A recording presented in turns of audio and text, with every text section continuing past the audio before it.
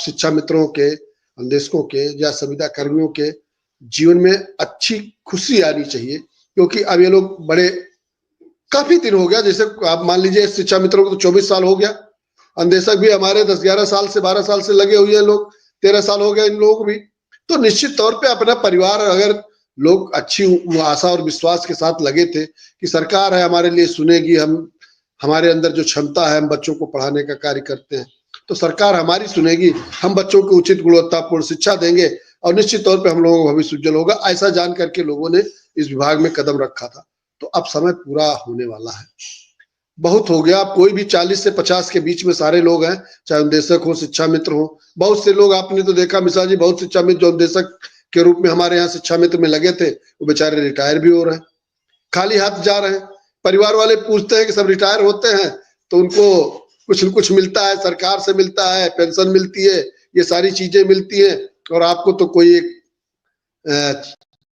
पैसे का भी सरकार ने नहीं किया। तो ये थोड़ी सी जा करके हमारे समाज के लोगों को लिए विडंबना है ये चीजें, तो इन सब की भी चीजें होनी चाहिए। तो निश्चित तौर पे अब आप कुछ न कुछ होना चाहिए, और मुझे भी विश्वास है मिश्रा जी, इसमें कहीं कोई अतिशयोक्ति नहीं है कि निश्चित तौर पे मुख्यमंत्री जी जितना कर दें, क्या कर देंगे ये तो उनके ऊपर है।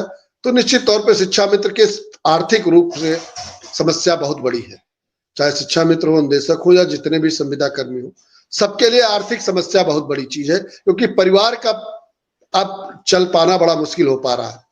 परिवार के लिए दवाई की व्यवस्था नहीं हो पाती, परिवार के लिए रोजी रोटी की व्यवस्था नहीं हो पाती, परिवार के लिए कपड़े की व्यवस्था नहीं हो पाती। बहुतायत लोग ऐसे भी हैं जिसके इधर सब्जी भी नहीं आ पाती मिश्रा जी 10,000 में। तो ये सब चीजों का समाधान होना चाहिए, निश्चित तौर पे होना चाहिए।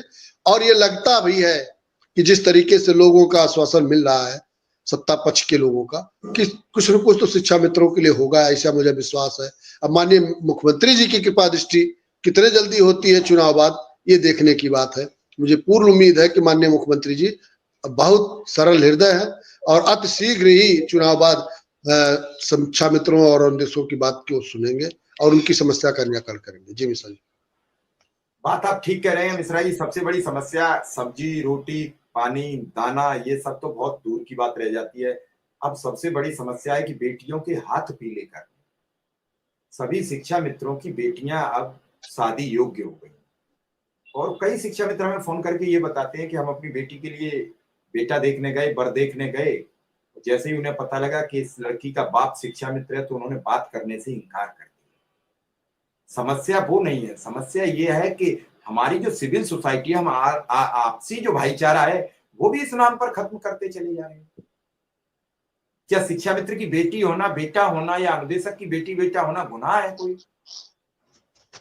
मैं मानता हूं उसे कम मानदेय मिल रहा है, मैं मानता हूं उसके परिवार में बहुत ज्यादा रईसी नहीं होगी, लेकिन बेटी के तो हाथ कहीं से भी पीली करे, कर्ज ले, झूठ बोले, जमीन बेचे, खुद बिके, वो शादी तो करेगा। बेटी तो आज तक किसी की घर पर बैठी नहीं रही। तो दूसरी बात यह है कि सबके बच्चे जवान हो गए, उच्च शिक्षा अगर अच्छी नहीं कराएंगे तो नौकरी नहीं है, रोजगार नहीं है, और उच्च शिक्षा अब इतनी महंगी है कि वो शिक्षा मित्र तो नहीं करा सकता अगर उसके पास कोई दूसरा ऑप्शन नहीं है। तो कई लोग बदतमीजी में कह देते हैं कि जरूरी थोड़ी है शिक्षा मित्र की नौकरी करो। ये तो उससे पूछो जो पिछला पूरा टाइम दे चुका है किसी उम्मीद और आशा में। अगर इतना टाइम आप भी दे के फिर आपसे कहा जाए छोड़ क्यों ना दो, तो आप भी यही कहते हो देखते हैं अभी अगली साल शायद कुछ हो जाए। एक जो उम्मीद का सैलाब होता है वो बड़ा अजीबोगरीब होता है, और ऐसा नहीं होता है कि इस बार ही अजीबोगरीब है, वो हमेशा अलग होता है, डिफरेंस होता है। कहते नहीं वो डिफरेंस मॉडल है। हर चीज का नेगेटिव और पॉजिटिव परिणाम होता है। बिजली से जितने फायदे हैं उतना बड़ा नुकसान भी है कि करंट लग जाए तो जान ले लेती है। अगर शिक्षा मित्र ने ये सोचा होता, जो लोग 2000 में भर्ती हो रहे हैं, मेरे पास लगातार फोन आ रहे हैं मिश्रा जी और जयकरण जी और सविता जी, सुन लें कि सेवानिवृत्ति की इस बार बड़ी तादाद होगी। हो सकता है कि 1500 लोग इस बार मई तक चले जाए। अब विक्रम सिंह तो अभी 2013 में एडमिट हुए हैं। मैं तो उस दिन जब आया जौनपुर से मैसेज कि अनुदेशक सेवानिवृत्त हो रहा है तो मैं सोच में पड़ गया कि 2013 वाला कैसे हो रहा है। तो पता लगा कि वो विकलांग वाले, दिव्यांग वाले कोटे से थे और दिव्यांग वाले लोगों को 50 वर्ष तक ही शिक्षा विभाग में रखा जाता है। क्या सोचेंगे वो? गए तो कुछ मिला भी नहीं, क्योंकि 10 नवंबर को सेवानिवृत्त हुए शायद विक्रम सिंह